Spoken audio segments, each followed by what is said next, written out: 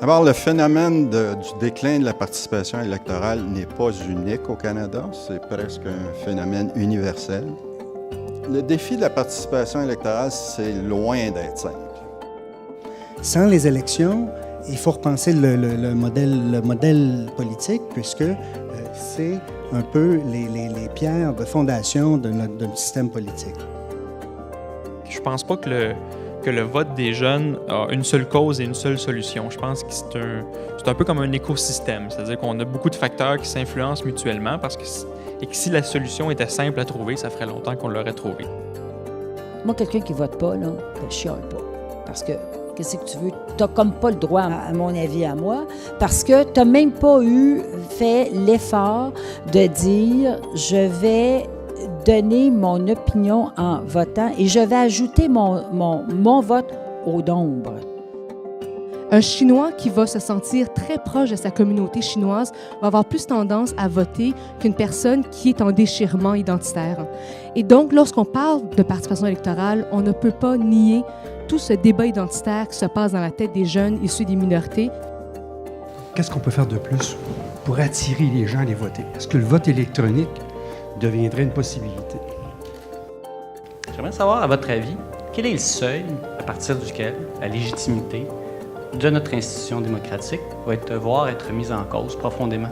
On est dans une ère, surtout pour les jeunes, où on peut choisir, comme le disait Lisa, beaucoup de choses à la carte. On choisit nos amis Facebook, on choisit nos abonnés Twitter, ou du moins les abonnements qu'on fait sur Twitter, nos chaînes de télé, nos forfaits cellulaires. Et ça, cette façon de consommer, de voir la politique comme une société de consommation, joue aussi dans l'attrait que les partis politiques ont perdu auprès des jeunes. La politique, c'est la force du nombre. T'ajoutes ton vote à un nombre. Moi, là, je fais un geste pour dire oui ou non à quelque chose. C'est pas juste utile, c'est aussi un devoir de le faire, c'est un droit qu'on a. Puis alors que dans certains pays, ils n'ont même pas ce droit-là, ni cette liberté-là de choisir de voter ou pas. Puis nous, on a cette chance-là, puis je pense qu'on devrait en profiter. Moi, je vais voter aux 3 paliers des élections parce que, justement, je veux que dans les pourcentages de vote, le pourcentage de vote jeune soit augmenté, que ça démontre qu'on est là puis qu'il faut s'occuper de nous aussi. Le sens du devoir civique, c'est un aspect très collectif. C'est quelque chose qui se transmet. Ce que je voudrais vous demander ce soir, c'est que vous avez devant vous un bel exemple. Un petit jeune, dans 3 ans, qui aura le droit d'exercer son droit de vote. Alors, j'aimerais demander à chacune de vous, OK, faites votre pitch à Connor. Connor, tu devrais voter parce que... ...